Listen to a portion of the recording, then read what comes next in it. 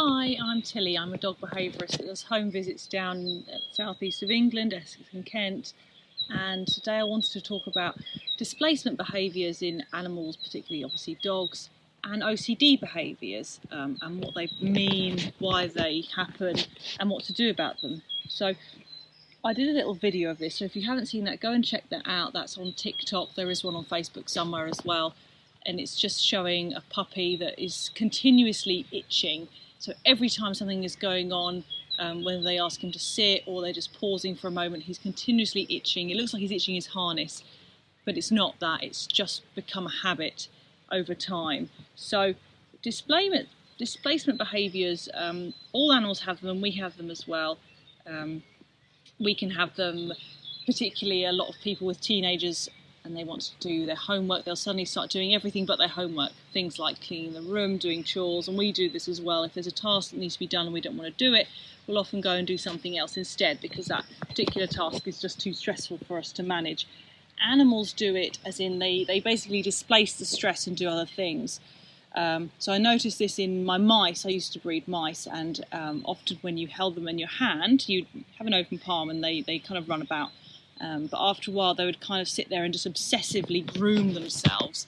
Obviously you've got oil on your hands and they don't really like that, but this is often because they're a bit stressed and they can't deal with what's happening around them, so they're just going into a full-on groom instead. Obviously if animals are extremely stressed, they don't tend to do this, they'll do other things. In dogs, for instance, extreme stress would be kind of wide eyes, they start drooling, they might shake, they stop taking food. So displacement stress is almost like an in-between, really. It's just something that you may or may not notice. But what can happen is if the dog feels like this behaviour that it's doing is somewhat relieving and therefore rewarding, then it can go into OCD, a bit like what we have with people. So it's not something that needs medication, and it's not something that the dog's born with or anything like that. Some breeds are more prone to it than others, like a collie. I often see collies kind of spinning and doing things like that because they need more things going on in their world. They need more drive. But other things this can be are chewing themselves, like chewing their feet, over licking. They can lick furniture obsessively, chasing light or chasing shadows. There was a Patterdale I heard of a couple of months ago that was obsessively digging under the cabinet as though there were mice. There's never been there, ever any mice, but as soon as it saw this cabinet, it couldn't help but dig obsessively. Digging is another one as well, so not just digging in the house, but digging up mud is another one. Barking could be really, but it's more of unusual things that are not that natural behaviour. So I've seen dogs that spin, they get slightly stressed by something and they just start spinning obsessively. And then what happens is they just do it most of the time. So it's not just when the stress happens, they're just doing it continuously. This is often dogs that are highly stressed by things like lack of enrichment, basically. So not getting the right exercise, not getting the right stimulation mentally, and then they find other things to do. So my dog in particular, because she's a European village dog, she's very high energy and it's very hard to keep up with that level of management. So I give her loads of walks. Sometimes we're out for 5 hours a day and she will lie down in that. She's not just continuously running, but she does do a lot of running. She likes investigating and things like that. But one of the things she does when we're out is dig. She absolutely loves to dig. Now I've got a patio, so that's probably a good thing, really. She can't dig up the garden. But whenever we're out, if we're stopped for a break or a picnic, she will just find somewhere and she will just obsessively dig these gigantic holes. And there's nothing in there. There's never been, it's not like it's a mole hole. In fact, if it is like a foxhole or a badger hole, then she'll stay well clear of it. She knows don't go in that one. So she just likes the digging because she has to have this outlet. She also chews herself a lot, and I have to manage that at home by giving her things like frozen Kongs and hard bone and things like that. Obviously not cooked bone, but that's to help her focus her attention on these kind of things. And as she gets older, these things become less. As she's 7 now, so she's not as hard to manage as she was when she was younger, but she still is fairly there because these things are becoming ingrained. So if she doesn't have enough chew things around the house, she will just start chewing her legs and things. And unfortunately, where she's hypersensitive as well, when they're healing, they're slightly itchy, and that aggravates her more. So it just becomes a vicious cycle. Things like spinning and chasing cars, again, it's the same thing. The dog wants to move, and it's just learnt to spin in a circle rather than using the whole stretch of the lead, or if you're indoors, the whole room. They'll just spin obsessively in a circle, and it's the same thing. These dogs need a lot more exercise and a lot more enrichment. And then what you do need to do alongside this, so you kind of take away with one hand and give in another, right? So we need to take this behaviour away. We need to physically stop this behaviour. So for the Patterdale and the cabinet, what that means is bringing it so that the cabinet's in sight and making sure the dog is on a lead so it can't physically get there, and stopping it from doing this behaviour. So doing other stuff like obedience, focus training, all treat rewarded, so that it's around the cabinet, but learning that other things happen there, not just the digging. And then when you can't supervise the dog, you would shut it away from the cabinet, and over time it would get used to it. Obviously, things like digging in the garden, again, it's a supervision game. If you do have a digger, the best thing to do is actually give your dog somewhere to dig. It's much easier to do that than completely stop the behaviour, because digging is very natural and it's very rewarding for them. So I usually say build a dig pit somewhere else. But it's the same thing. The dog is not going to teach itself that it's not meant to dig there. And some dogs don't care about punishment that much either. It's completely on the personality and breed of the dog. Even if they get shouted at or whatever, it was still worth digging up the entire garden just for that little bit of shout. It doesn't bother them at all. So it really does have to be managed. The dog that we saw spinning, we've seen a few. I've seen 2 bulldogs that were spinning obsessively, but that was only really in party situations, so they couldn't deal with all the loud noises and people screaming, obviously, because dogs don't understand that, so they would just start spinning. And the reason why 2 of them did it was because once a dog sees another dog doing a strange behaviour like this, it likes to copy it. So a dog that digs, if it hangs around another dog, it will teach that dog to dig as well.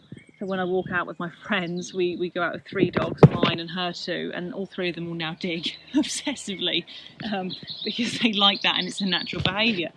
But this is what often happens. So for that situation, I mean, I wouldn't recommend having dogs in party situations anyway. They should be somewhere quiet and out of the way. They don't really like that kind of thing. But get a lead on it. So the other dog we saw was a German Shepherd, so getting a lead on it and making sure it's physically stopping this behaviour.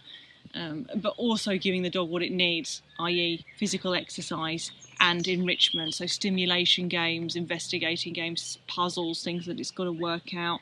And you can do a lot of trick training and stuff with some of these dogs. They're very intelligent. I was watching a video the other week on dogs that could speak, which is fascinating. If you ever want to see that on YouTube or TikTok, that is absolutely brilliant, watching dogs speak to their owners with these buttons. Very clever. Another thing that dogs can obsess over is humping. So again, it starts off with a hormonal thing, obviously, because it can be quite a natural behaviour. But then the hormones in the dog, they peak when they're around their kind of 6 to 9 months, really, or 6 to 12 months, and then it dips again. That's what the hormones do. So in a normal dog, it may have a bit of this humping behaviour, and then it may disappear completely. With some dogs it doesn't, because it's kind of, again, it's a relieving of a stress. Yeah, so it's not a sexual thing, it's just a displaced behaviour. It's relieving a stress because they've been stressed for whatever reason, somewhat mildly, and now they found that this works for them. So one of the dogs I've met, well, it was a group of dogs, again, obsessively mounts other dogs.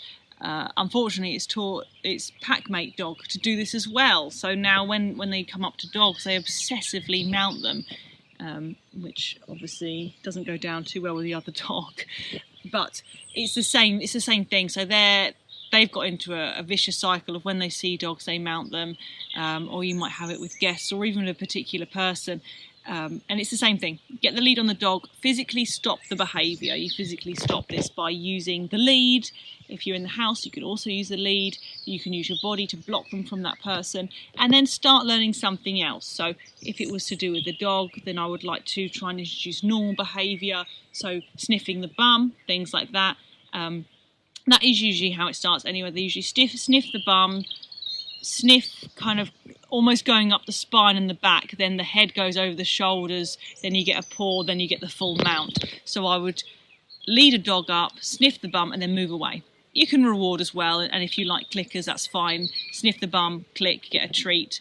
I don't really like to do too much of that because I want the dog to do it naturally, and it should be rewarding enough for the dog to behave in a natural manner. But if you have a dog that is very, very difficult, then definitely get the clicker in, and rewards are always good as well. Something high value, not just a dry biscuit. It's got to be something like chicken breast or hot dog sausage, even cheese if they're not allergic, something really high value that they don't get often.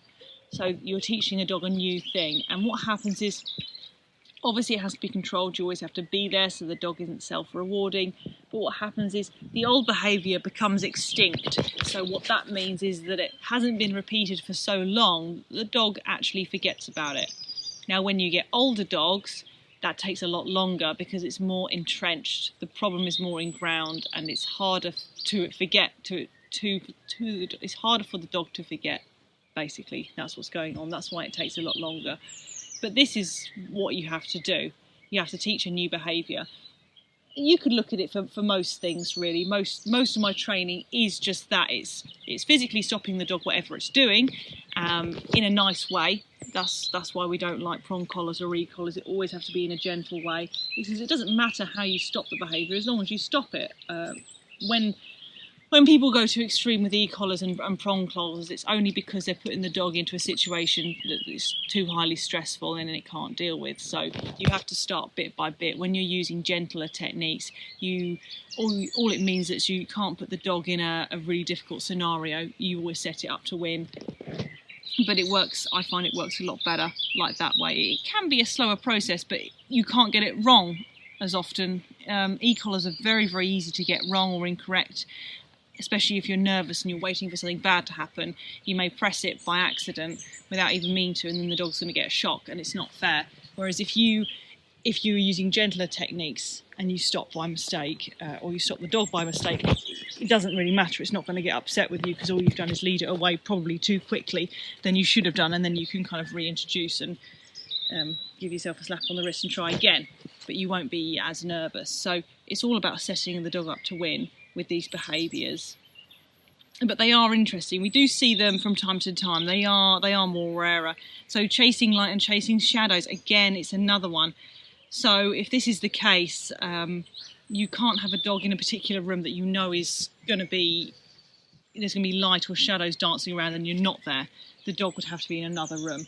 And then while you're training, again, use a lead so you can physically control the dog and start getting its attention, start getting it to focus on you instead of the light, so that it learns, when I'm in this room, I don't chase light anymore, I've got to listen to mum or dad. And then use enrichment toys as well, like frozen Kongs, things like that, so that it gradually gets used to doing this new activity and the old behaviour becomes extinct. If you try and move too quickly or you skip too many steps, then the dog will fall back into old habits. And even if the dog hasn't done anything like self-chewing or something like that, if you fall backwards with, say, your exercise, or the dog's had a particularly stressful time at the vets, or you've gone away for a while, things like that, it can become prevalent again. Even though you may have completely got rid of it, if the dog is pushed into something that's too stressful, it can easily happen again, and then it's kind of your hard work's down the drain a little bit, and then you'd have to start the program again. They usually get through it a lot faster though, once they've learnt a new behaviour and that this new behaviour is more rewarding, which it should be because you're using food, then they go to it much quickly. So that concludes our displacement behaviour really, and OCD. If you've ever got any questions, then send me an email, or if you'd like a home visit, just drop me a call. I'm on Facebook, TikTok, Instagram. And yeah, have a nice day everyone. If you're interested in more videos or stuff that I do, I am on TikTok. I usually put my TikTok videos also on Facebook and Instagram, so just search Fawn Dog for those. And the main website is fawndog1to1dogtraining.co.uk. Thanks for listening, guys.